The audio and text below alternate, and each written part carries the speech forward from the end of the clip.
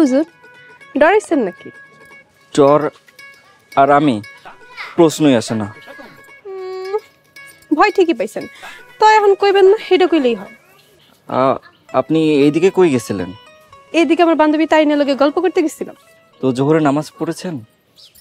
না, পড়ি নাই, তো বাড়ি গিয়ে পড়বো না। নামাজে দেরি করা ঠিক না। প্রিয় নবী হযরত মুহাম্মদ সাল্লাল্লাহু আলাইহি ওয়াসাল্লাম বলেছেন, ওয়াক্ত হওয়ার সাথে সাথে নামাজ আদায় করা দুনিয়ার সবচেয়ে উত্তম আমল। তাই নামাজে দেরি করা ঠিক না, ঠিক আছে? ঠিক আছে হুজুর। হুজুর, আপনার এখন কথা জিগাই। কি কথা? আপনি বিয়ে করছেন? মানে? মানে আপনি বুঝবেন না হুজুর। আপনার অর্ধেক কথাবার্তাই আমি বুঝি না। কথা না কইয়া বন্ধু থাকি কেমনে, তোমারে না দেখা বন্ধু বাঁচি কেমনে, হায় রে কথা না কইয়া বন্ধু থাকি কেমনে, তোমারে না দেখা বন্ধু বাঁচি কেমনে।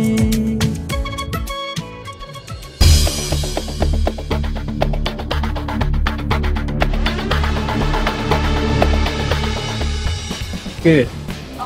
রাকিব এখন আইতাছে না, ওর একটা ফোন দে। ফোন দিচ্ছে।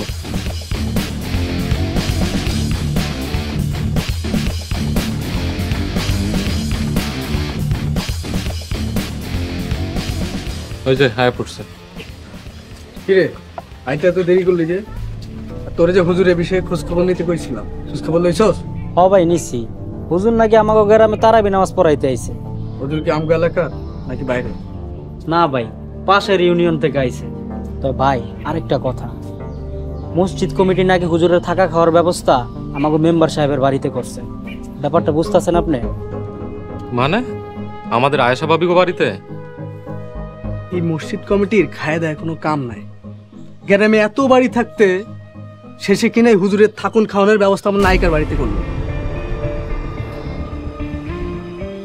ভাই, ওই যে তোমার নায়িকা হুজুরের সাথে রঙ্গ করে হাঁটতেছে। ভাই এটা দেখা তো আমার বুকটা একদম ফাইটা ঝরঝরা হয়ে যেতেছে। আমারও।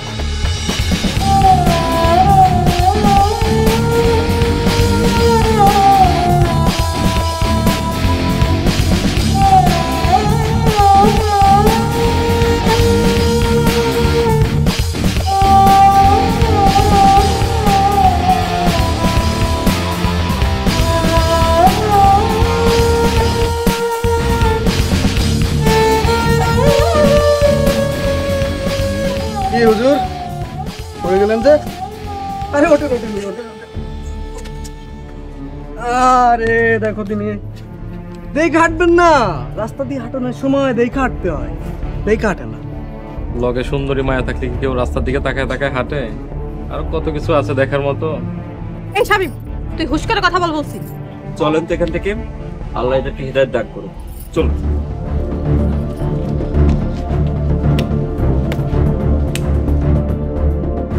হুজুর আমার নায়িকারে লইয়া খুব রঙ্গ করে হাইটা যাইতাছে, হাঁটনের ব্যবস্থা করতেছে।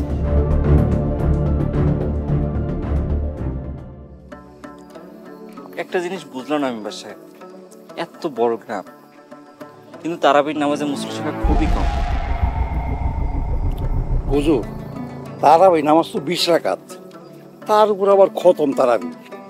এত বড় সময় ধইরা নামাজ পড়ার মতো ধৈর্য অধিকাংশ মানুষেরই নাই। ধৈর্য নাই বলে তো চলবে না। তারাবির নামাজ হলো সুন্নাতে মুআক্কাদা, না পড়লে গুনাহগার হতে হবে। আর এলাকার যুব সমাজরা কোথায়? আর যুব সমাজ হুজুর, বর্তমান সমাজে অধিকাংশ যুবকেই নষ্ট হয়ে গেছে। এরা নামাজ তো পড়েই না, আর রমজান মাস আসলে এরা রোজাও রাখে না। কি হলো?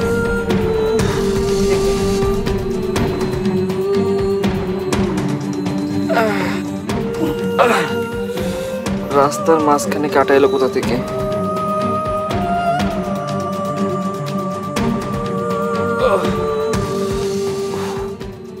হুজুর আমার মনে হয় কোনো জানোয়ার পোলাপান রাস্তার মাঝখানে কাটা ফেলাইছে। খবরদার মেম্বার সাহেব, গালি দিবেন না। আমাদের নবী বলেছেন, একজন মুসলমান হয়ে আরেকজন মুসলমানকে গালি দেওয়া ফাসিকি, অর্থাৎ আল্লাহ তাআলার অবাধ্য আচরণ।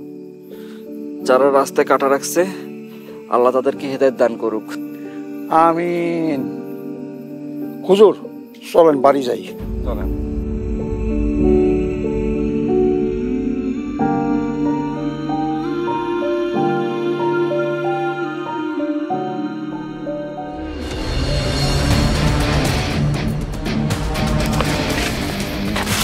হুজুর, আপনি আমার নায়িকার লগে রাস্তা দিয়ে রঙ্গ কইরা হাইটা গেছেন, বিষয়টা আমার ভাল লাগে না। এখন পরিণাম ভোগ করেন। এখন দেখলে কেবল ল্যাংরা হুজুর। ভাই হুজুরে আজকে আমরা যে শিক্ষা দিছি, হুজুর তো বাসায় বয়ে বয়ে খেজুর খাইবে। কাকাম্মা তুই একটা চিনিস রে।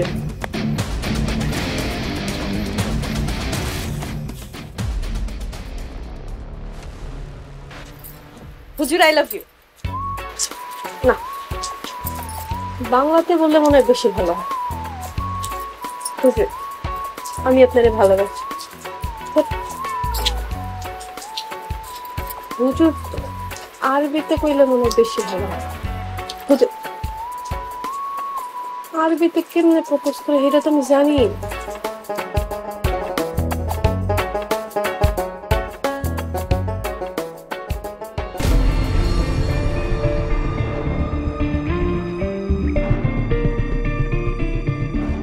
আব্বা, হুজুরের কি হইছে? এমনি ল্যাংড়া ল্যাংড়া হাঁটতেছে কেন? আর কইস না মা, কোন শয়তান পোলাপানে জানি রাস্তার মধ্যে কাটা ফালাই রাখছে। হুজুরের লয়ে নামাজ পড়ে আসতেছি, আসার পথে হুজুরের পায়ে কাটা বিঁধছে। কাটা মনে হয় ভেঙে পায়ের মধ্যে রয়ে গেছে। ঘরে শুয়ে আছে। আচ্ছা, আমি ঘর থেকে নিয়ে আইতেছি।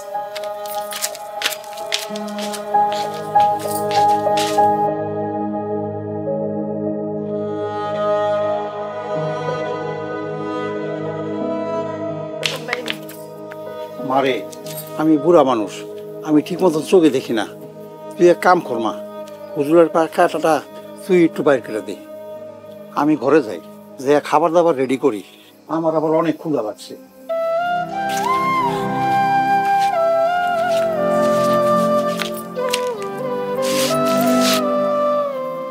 আপনার আবার কি হলো? কিছু না হুজুর, চোখে কি জানি পড়ছে। মারে, কাটা বাইরেছে। হ্যাঁ বাবা, বাইরেস। হুজুর আসেন, ঘরে আসেন, খাওয়ার দাওয়ার সাইডা একটা ব্যথা ট্যাবলেট খান, ইনশাল্লাহ আল্লাহর মধ্যে ভালো হয়ে যাবে।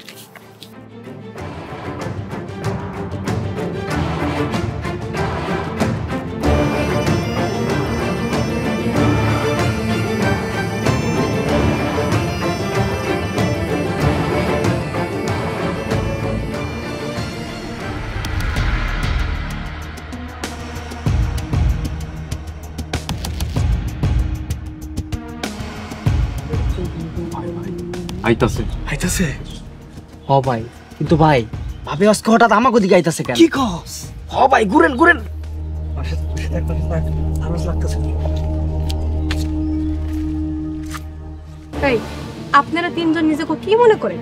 খুব বড় গুন্ডা ভাবে নিজে করে? আপনারা বিগত 3 বছর ধরে আমার পিছে ঘুরঘুর করতেছেন, আমারে বিরক্ত করতেছেন। আমি কখনো কিছু কই নাই, এখন আবার আপনারা হুজুরের পিছে লাগছেন। কই, আমরা তো কিছু করি নাই। তুই কিছু করছস? তুই কিছু করছস? না তো, আমরা তো কেউ কিছু করিনি। কিছু করে নাই বই। আপনারা দুপুরবেলা হুজুরের ল্যাংমাটা ফালাই দেন নাই, আবার রাতের বেলা ইচ্ছা করে রাস্তার মধ্যে কাটা বিছিয়ে রাখছেন। নামাজ পড়েন না, রোজা রাখেন না, আবার নিরীহ হুজুরের উপরে অত্যাচার করেন। আল্লাহ আপনাদের জান্নাত তো দূরের কথা, জাহান্নামেও জায়গা দিব না। আপনারা যদি ভবিষ্যতে আর কোনোদিন হুজুরের পিছিয়ে লাগছেন বা হুজুরের কোনো রকম ক্ষতি করার চেষ্টা করছেন, তাহলে আমি আপনাদের এই ছুরি দিয়ে খুন করে জেলে তুলে দাও। চল।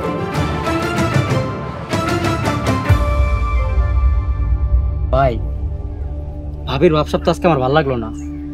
কাটা ঢুকছে হুজুরের পায়ে, আর ভাবির আচার আচরণ দেখে মনে হইলো ব্যথা উনিও পাইছে। যেই মাইয়া আজ পর্যন্ত আমাকে সামনে ডরে একটা কথা কয় নাই, সেই মাইয়া কিনা আজকে একটা হুজুরের সাইড নিয়ে আপনার এতগুলো কথা শোনা গেল। ভাই, এই লক্ষণ কিন্তু ভালো লক্ষণ না, এটা কিন্তু প্রেমের লক্ষণ। ও ভাই, এই রমজান মাসে হুজুর আর ভাবি যদি এক বাড়িতে থাকে একসাথে, তাইলে ওদের মধ্যে শিওর একটা কিছু হয়ে যাবে। শিওর ভাই। কি হইব কি হইব না এটা আমি দেখবো।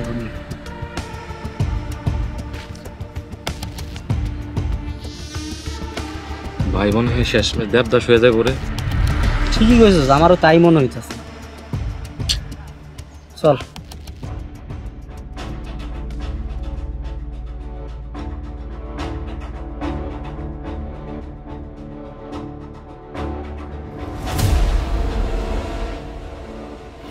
এই তোর কি হয়েছে?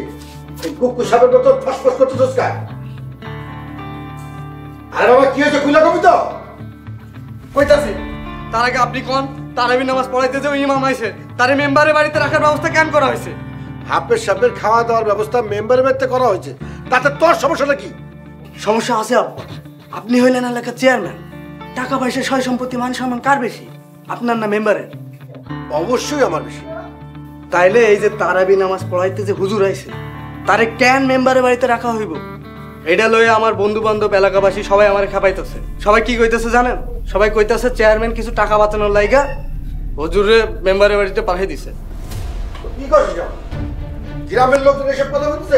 আব্বা আপনি ওই ইমামরে আমাদের বাড়ি নিয়ে আসার ব্যবস্থা করেন, আর না হলে আমি থেকে ঘর থেকে বাইরে হবো না। আমি কেমন করেন?